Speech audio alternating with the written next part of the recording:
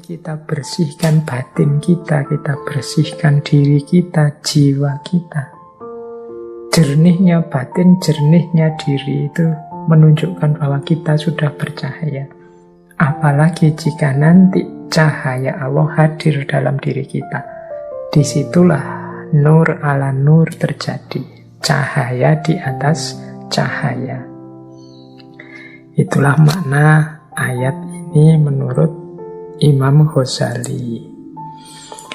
Baik, ambil nafas sebentar ya. Itu tadi kita baru membahas surat An-Nur ayat 35 yang sering dikutip oleh banyak orang. Oke, kita lanjutkan lagi. Kali ini kita sambungkan dengan sedikit filsafat cahaya dari Imam Suhrawardi Al-Maktul. Jadi beliau ini membahas metafisika kehidupan ini dengan analogi cahaya, melanjutkan gagasan-gagasan beberapa filosof muslim sebelumnya. Nah, populer sekali dalam gagasannya Syekh Suhrawardi ini menganalogikan cahaya, keberadaan Allah sebagai cahaya itu dianalogikan dengan cahaya matahari. Jadi cahaya yang jadi sumber segala cahaya. Jadi coba dibayangkan ya cahayanya matahari itu. Jadi sebagaimana karakternya semua jenis sumber cahaya, semakin dekat dengan sumber cahaya itu semakin terang. Semakin jauh dari sumber cahaya itu akan semakin gelap.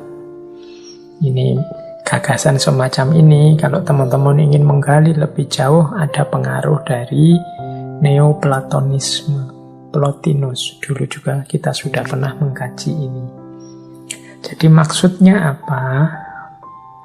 Kita ini, tadi kalau menurut Ghazali kan, keberadaan kita itu sebenarnya hanya mungkinul wujud. Karena pinjaman cahaya dari Allah lah maka kita ini ada. Berarti apa? Kalau ingin cahaya kita semakin terang, harusnya kita semakin mendekat pada Allah, yang itu adalah sumber segala cahaya. Jadi kalau dianalogikan dengan matahari, ya kalau kita semakin jauh dari matahari, kita akan semakin gelap, karena semakin jauh dari jangkauan cahaya. Semakin kita mendekat ke matahari, semakin kita akan terang. Maka level batin kita ditentukan oleh dekat tidaknya kita dengan Allah. Disitulah terjadi gradasi cahaya. Gradasi cahaya, gradasi itu kan diawali dari terang, kemudian tambah lama, tambah gelap, tambah gelap. Nanti dikembangkan juga gradasi cahaya ini berhubungan dengan tingkatan wujud. Wujud yang semakin jauh dari pusat cahaya, ya wujud yang semakin gelap. Wujud yang semakin dekat dengan cahaya, wujud yang semakin terang, semakin hakiki. Semakin jauh dari cahaya, semakin semu. Nah, jadi ada hubungannya dengan gradasi cahaya dan tingkatan wujud. Hidup kita ini selalu ditekankan ilaihi roji'un, kembali lagi pada Allah. Minggu yang lalu kita panjang lebar membahas misi ilaihi roji'un ini. Berarti apa? Kita berupaya untuk kembali pada pusatnya cahaya, yaitu Allah. Jadi inilah pandangan yang berhubungan dengan cahaya. Jadi dianalogikan dengan matahari. Jadi batin kita semakin dekat dengan Allah akan semakin terang. Tapi semakin dia terhijab, semakin jauh dari Allah, dia akan semakin gelap. Maka pastikan perjalanan kita itu selalu ilaihi roji'un. Berarti perjalanan yang senantiasa menuju cahaya, bukan perjalanan yang menjauh dari cahaya. Semakin dekat dengan cahaya, semakin naik level wujud kita. Makanya manusia itu ada yang disebut ahsanut takwim, ada yang disebut asfala safilin. Asfala safilin itu berarti manusia yang semakin jauh dari cahaya, semakin jauh dari Allah. Ahsanut takwim berarti yang semakin dekat, semakin dekat, semakin dekat dengan Allah. Itu tingkatan wujud. Nah, teori wujud ini nanti kalau disambungkan lagi dengan teori penciptaan yang dalam tradisi filsafat Islam dikenal sebagai emanasi, ya penciptaan dunia itu sifatnya memancar dari Allah, itu sebagaimana cahaya yang memancar. Sehingga ciptaan-ciptaan paling awal, yang paling dekat dengan Allah ini yang paling terang, paling hakiki. Semakin jauh dari Allah, semakin gelap, semakin gelap. Maka tugasnya yang semakin jauh termasuk manusia itu mendekat ke Allah, menuju pada ranah kehidupan yang lebih hakiki, lebih dekat dengan Allah. Ini kalau dalam dunia tasawuf nanti ada pandangan Nur Muhammad. Nur Muhammad itu limpahan pertama cahaya dari Allah. Berarti dia paling dekat, wong dia yang paling pertama. Berarti di antara semua makhluknya Allah, Nur Muhammad ini yang paling hakiki. Itu nanti kalau disambungkan ke sana. Jadi baik, ini juga diulas panjang lebar oleh Syekh Suhrawardi Al-Maktul.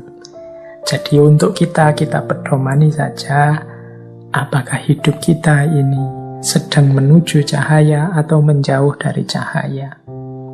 Seperti saya ilustrasikan tadi, kadang-kadang kita mendekat pada cahaya itu ada resiko kita kehilangan sayap-sayap kebanggaan kita. Karena kita harus membunuh ego kita untuk tenggelam dalam samudera cahayanya Allah. Bahkan mungkin sebagaimana laron-laron yang mendekat ke lampu, kita kehilangan keakuan, kehilangan kedirian kita. Itu yang dialami oleh para sufi. Tapi jangan lupa kerinduannya laron memang hakikatnya mencari cahaya. Dalam lenyapnya diri dia menemukan kebahagiaan yang puncak dan sejati. Itu pandangan dari ranah sufistik. Oke, baik. Semoga bisa dipahami analogi matahari dengan gradasi cahaya dan tingkatan wujudnya. Baik, kita lanjutkan lagi. Ini ada quotes yang terkenal sekali dari Syekh Suhrawardi Al-Maktul tentang cahaya dan cermin ini. Zujajah tadi ya. Menurut Imam Suhrawardi, engkau hanya kaca, bukan cahaya. Jadi tadi saya bilang, yang hakiki dalam cahaya itu hanya Allah. Kita ini hanya dipinjami cahaya oleh Allah. Nah, dalam analoginya, Syekh Suhrawardi ini sebagaimana cermin, sebagaimana kaca. Jadi kita ini hanya kaca. Kita ini bukan cahaya. Yang punya cahaya itu Allah. Allah meminjamkan sedikit cahayanya pada kita.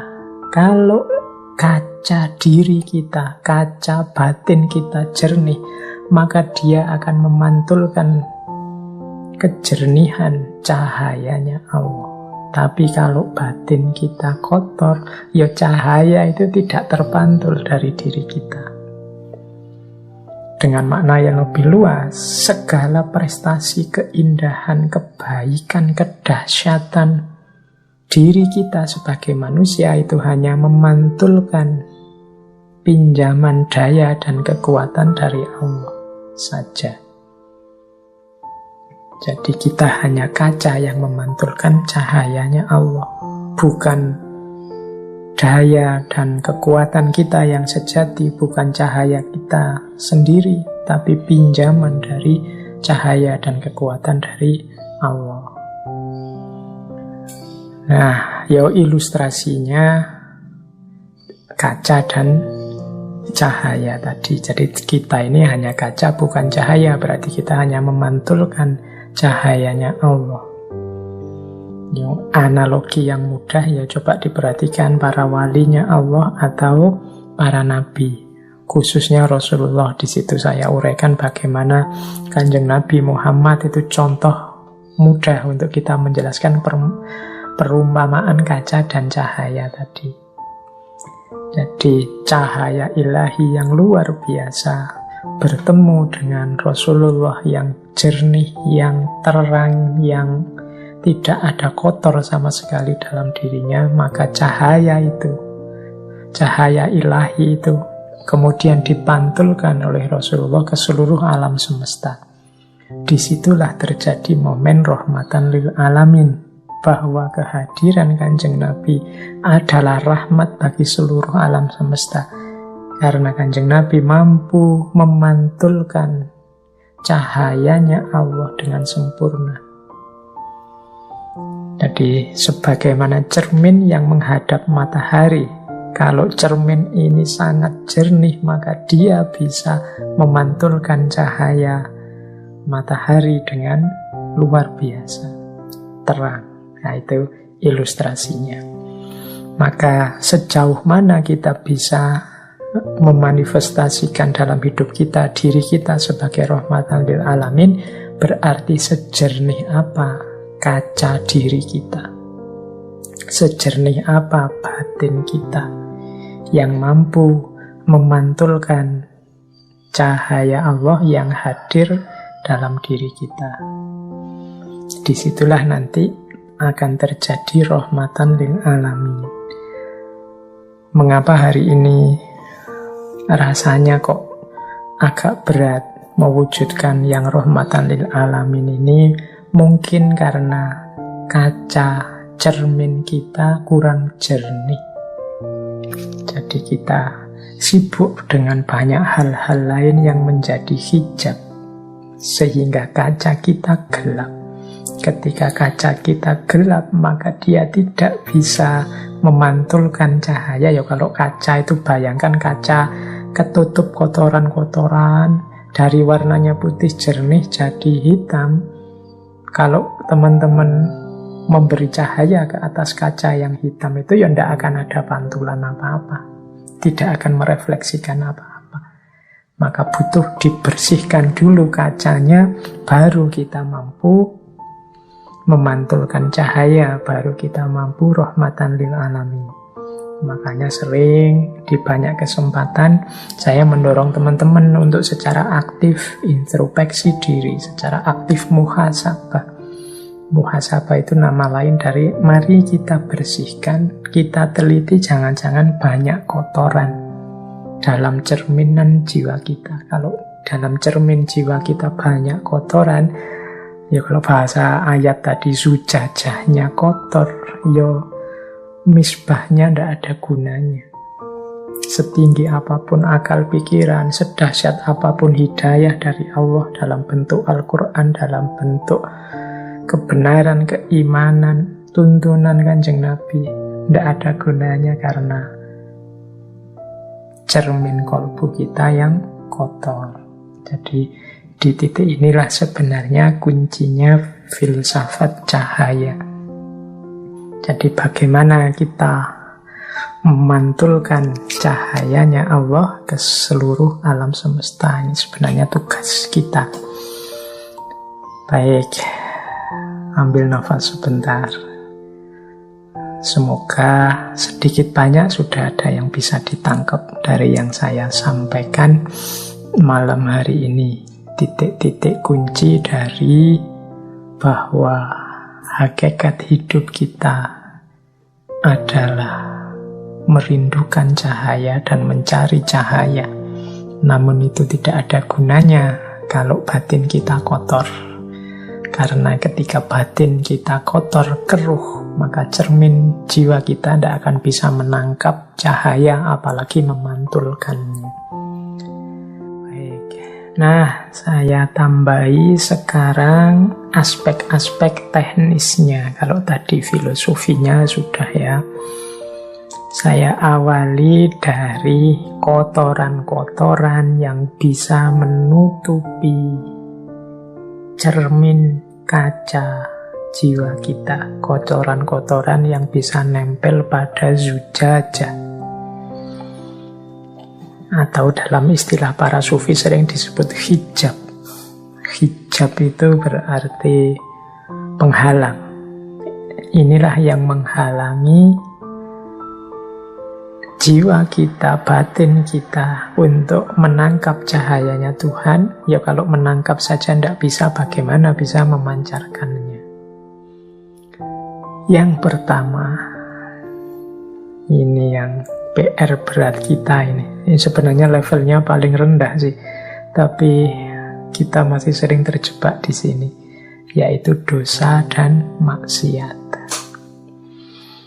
Kalau teman-teman tekun mengikuti kajian-kajian tentang Imam Ghazali, Imam Ghazali itu sering mengilustrasikan dosa atau maksiat itu setiap kali satu dosa, satu kemaksiatan kita lakukan, itu ibarat kita nempel satu titik gelap, satu titik kotor dalam kolbu kita. Nambah dosa lagi, nambah satu titik lagi, nambah dosa lagi, nambah satu titik lagi, sampai di titik ketika kolbu kita gelap sama sekali, terhijab sama sekali, maka mungkin kita sudah tidak ngerti lagi apakah kita ini sedang jauh atau sudah dekat dengan Allah. Karena cahayanya sudah tidak bisa masuk lagi dalam diri kita. Inilah yang nanti membuat ada loh orang itu ilmunya tinggi, pinter, mungkin jabatannya luar biasa di tengah masyarakat. Tapi rasanya yang keluar dari beliau, dari kata-kata, dari tindakan, mungkin dari kebijakan, kok semakin jauh dan menjauh dari Allah. Kemungkinan batinnya sedang gelap, kotor oleh tumpuan-tumpuan dosa atau maksiat. Ya teman-teman tidak usah nuding siapapun di luar diri. Jangan-jangan yang harus dituding pertama itu diri kita sendiri. Ini teman-teman yang dengerin ngaji ini kan paling tidak juga banyak aktif di kajian-kajian, sering mendengarkan kajian ustadz siapa, kajian tokoh siapa. Itu harusnya referensi baik buruk kita lengkap. Referensi mana yang utama, mana yang hina itu lengkap. Tapi mengapa kok tidak jalan?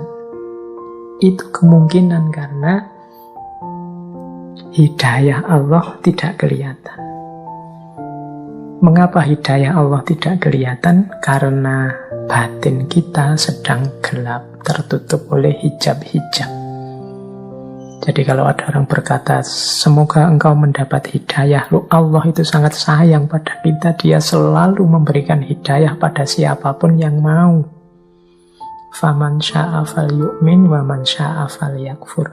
Cuma banyak orang tidak mau. Hidayahnya sudah diberikan oleh Allah, orangnya yang tidak mau.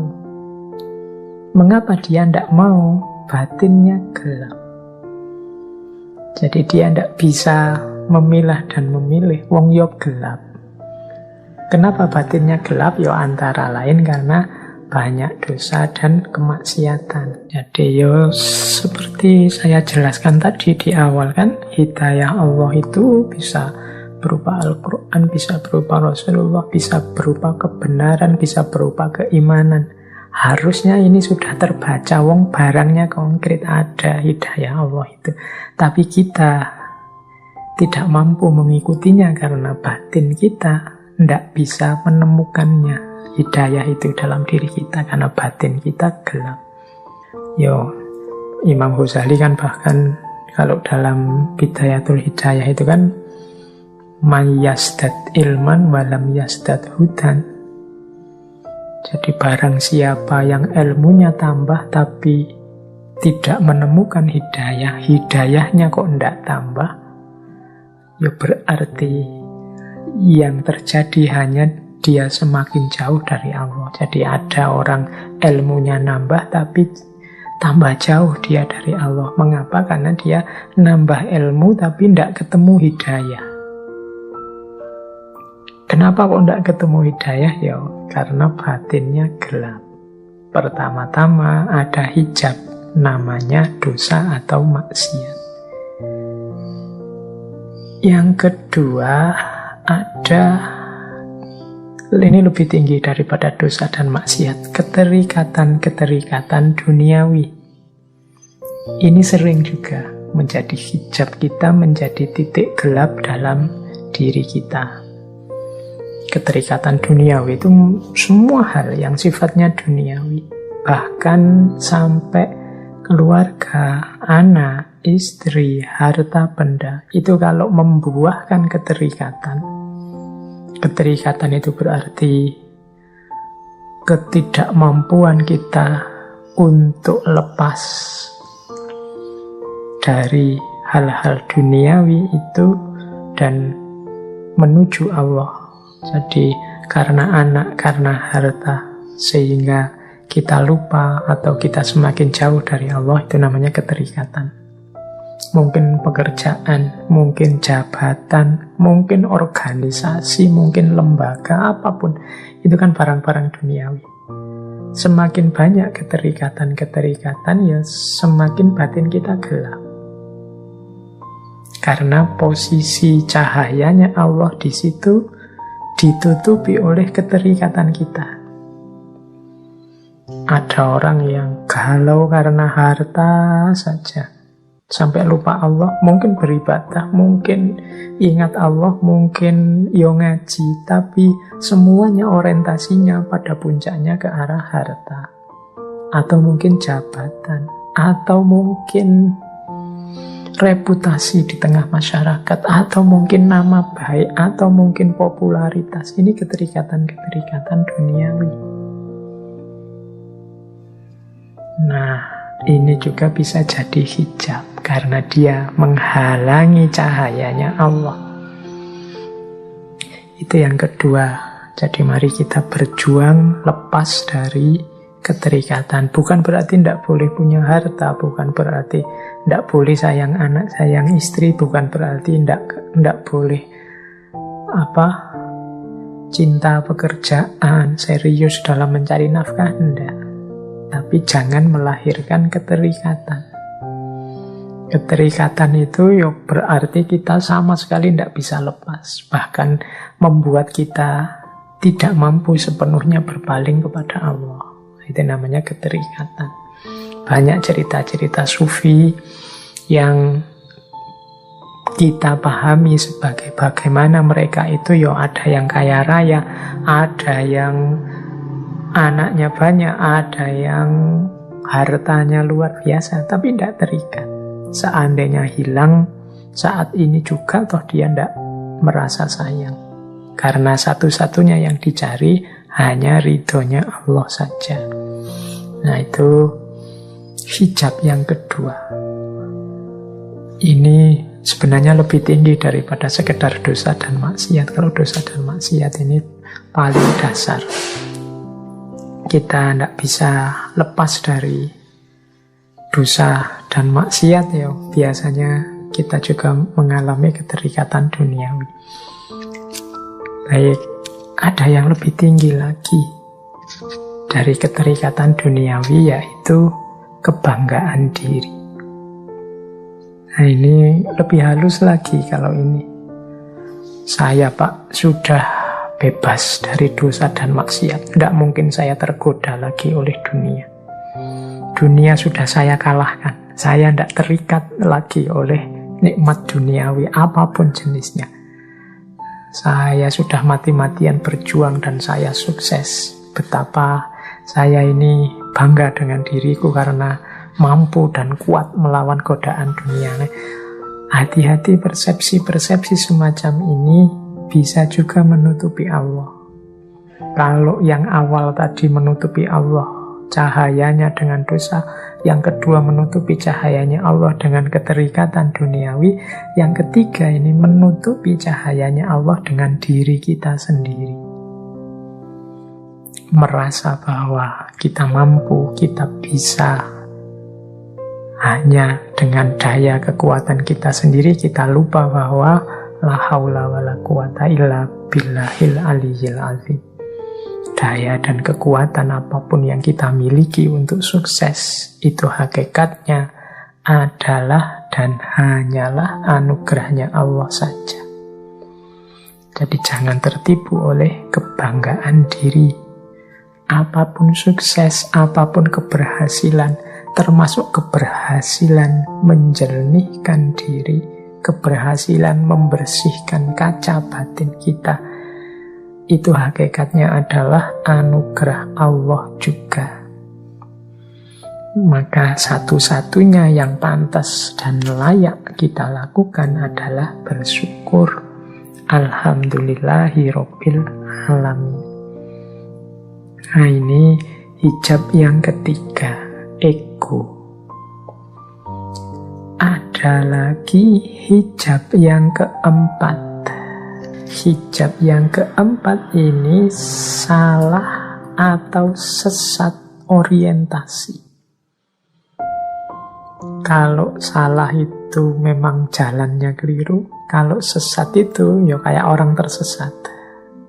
Jadi orang tersesat itu kadang-kadang maunya benar tapi di tengah jalan melenceng. Ini orientasinya sesat. Bukan sesat kufur atau sesat yang sering kita bikin makian ke orang, dasar sesat, tidak begitu. Tidak sedalam itu, tapi sesat salah orientasi itu mungkin kita benar di atas semuanya, tidak ada lagi yang mengotori kita dari dosa, maksiat, keterikatan, kebanggaan diri. Sehingga kita mulia di hadapan Allah, kita menempuh jalan yang lurus. Tapi ada kalanya Allah menguji kita dengan beberapa kenikmatan atau kesulitan, sehingga tidak sadar kita sesat orientasinya. Arahnya tidak Allah lagi. Nah, ini juga jadi hijab. Ya, saya contohkan begini. Misalnya, amal baik, sedekah. Kita tekun bersedekah, membantu fakir miskin, membantu orang yang ikhlas, sama sekali tidak ada pamrih apapun.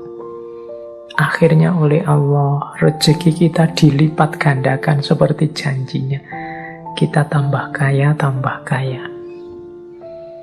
Nah, begitu sadar bahwa Allah ini melipat gandakan hartaku karena aku rajin sedekah dengan ikhlas.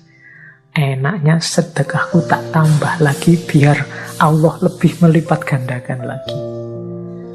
Ini yang dalam bahasa saya sesat orientasi. Awalnya benar sedekah dengan ikhlas, tapi begitu oleh Allah diuji dengan kelimpahan rezeki yang lebih banyak, akhirnya sesat orientasi. Sekarang dia fokusnya gimana caranya rezekinya lebih banyak lagi, biar Allah semakin menambah lagi. Sekarang fokusnya ke hartanya, bukan lagi ke Allahnya. Nah, ini sesat orientasi. Mungkin kita beribadah, apalah tahajud, puasa, Senin Kemis, duha, pokoknya amal ibadah kita luar biasa. Sehingga oleh Allah kemudian kita diuji dengan karomah-karomah kecil. Misalnya ucapan kita kok mandi, basa Jawa ini mandi. Ucapan kita kok ampuh ya. Kita ngomong apa gitu terus kok kejadian bener. Kita meramal apa beneran begitu.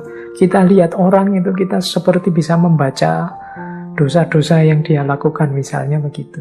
Karena ketekunan kita mendekat ke Allah, kemudian kita oleh Allah diuji dengan karomah semacam ini.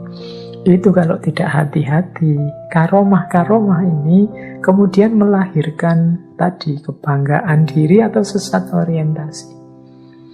Sesat orientasi itu akhirnya fokus kita pada karomah-karomah ini. Oh, berarti kalau aku semakin dekat dengan Allah, ibadahku tak tambah, semakin banyak ibadahnya, kesaktianku mungkin tambah dalam. Aku semakin bisa membaca masa depannya orang. Aku semakin bisa meramal apa yang akan terjadi. Orang yang menyalahiku akan takluk dengan sendirinya, jatuh dengan sendirinya. Nah, sekarang orientasinya ke sini, ke karomah-karomah, ke kelebihan-kelebihan yang padahal itu hakikatnya ujian dari Allah. Ini juga mengotori kaca batin kita, meskipun di level yang lebih tinggi. Ini yang dalam bahasa saya sesat orientasi. Hati-hati, apakah itu dosa, kemaksiatan, keterikatan duniawi, atau ego, kebanggaan diri. Ini kan mudah dideteksi karena negatif. Tapi kadang-kadang yang positif-positif juga membuat kita sesat orientasi. Kita lupa bahwa arah kita adalah rahmatan lil alamin dan ilaihi roji'un. Menyebarkan cahaya ke sekeliling kita dan kembali kepada Allah. Jadi berarti jalan kita yang sejati adalah jalan kembali pada Allah.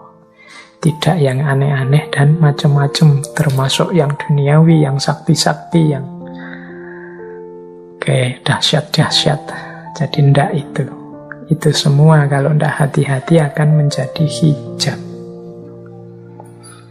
Baik, kita lanjutkan. Kalau kita sih yang awam ya, teman-teman yang ngaji malam hari ini, kita levelnya mungkin masih harus bertarung dengan dosa dan maksiat ya. Kadang-kadang kita masih banyak dosa, baik yang sengaja maupun tidak. Kita masih memerangi yang paling dasar. Semoga kita pelan-pelan bisa membersihkan hijab-hijab dari yang paling dasar sampai yang paling tinggi, sehingga nanti secara paripurna kita bisa ilaihi roji'un. Ayo belajar bareng-bareng, saling membantu, saling mengingatkan, meskipun dengan adab dan akhlak yang sesuai. Baik, saya lanjutkan. Jadi ini hijab ya. Kalau kita sukses dengan membersihkan hijab-hijab, maka insya Allah cahayanya Allah akan masuk dengan utuh.